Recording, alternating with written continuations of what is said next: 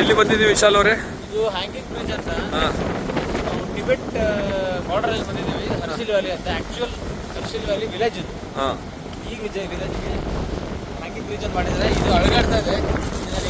ನೋಡ್ತಿರ್ಬೋದು ಸ್ನೇಹಿತರೆ. ನಿಮಗೆ ಸ್ವಲ್ಪ ಅಳಗಾಡ್ ತೋರಿಸ್ಲಾ? ಬೇಡ ಬೇಡ,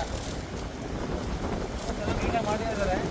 ಬನ್ನಿ ಇದನ್ನು ಎಕ್ಸ್ಪ್ಲೋರ್ ಮಾಡೋಣ, ನೋಡೋಣ ಹೆಂಗಿರುತ್ತೆ ಅಂತ. ಮಾಡಿ